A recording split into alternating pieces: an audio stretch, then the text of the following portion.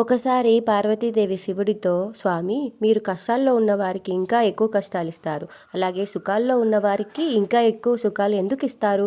ఇదేమైనా న్యాయంగా ఉందా స్వామి అని అడుగుతుంది. అది వినగానే శివుడు నవ్వుతూ, ఈ మాత్రం నీకు తెలియదా పార్వతి అని నీ ప్రశ్నకు జవాబు చెప్పడమే కాదు, ఎందుకు ఇలా చేస్తానో చూపిస్తాను పదా అని వారు నివసించే చోటుకు వెళ్ళి నీకు చెప్తాను అని భూలోకానికి వెళ్తారు.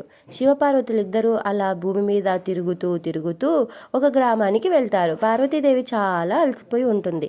దేవి మనం ఈరోజు ఇక్కడే విశ్రమిద్దాం, నేను వంటకి కావాల్సిన వస్తువులను తీసుకొని వస్తాను, నువ్వు వెళ్ళి వంట చేయడానికి 3 ఇటుకలను తీసుకొని రా అని చెప్పి వెళ్ళిపోతాడు. పార్వతీదేవి అప్పటికే అలసిపోయి ఉంటుంది. ఆమె నడుస్తూ నడుస్తూ నడుస్తూ ఎదురుగా ఒక అందమైన ఇల్లు కనపడుతుంది. ఆమె దానిని చూసి కూడా దానిని పట్టించుకోకుండా ఆమె దారిలో వెళ్తుండగా అలా కొంచెం ముందుకు పాడుబడిన ఇల్లు కనపడుతుంది. ఆమె ఆ ఇంటి నుండి 3 ఇటుకలను తీసుకొని వెనక్కి వచ్చేస్తుంది. శివుడు ఎక్కడికి వెళ్లకుండా అక్కడే కూర్చొని పార్వతి కోసం ఎదురు చూస్తూ ఉంటాడు.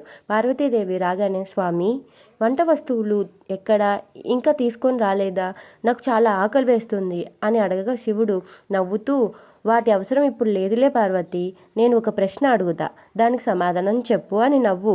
ఈ ఇటుకలను ఎక్కడి నుంచి తీసుకొచ్చావు అని అడగగా పార్వతీదేవి, స్వామి కొంచెం ముందు చాలా పాడుబడిన ఇల్లులు ఉన్నాయి, వాటి నుండి తీసుకొని వచ్చాను అని అంటుంది. అప్పుడు శివుడు, దేవి అసలు పాడుబడిన ఇంటి నుండి ఇటుకలను ఎందుకు తీసుకొని వచ్చావు? ఇక్కడ చాలా కొత్త ఇల్లులు ఉన్నాయి కదా, వాటి నుండి కూడా తీసుకొని రావచ్చు కదా అని అడుగుతాడు.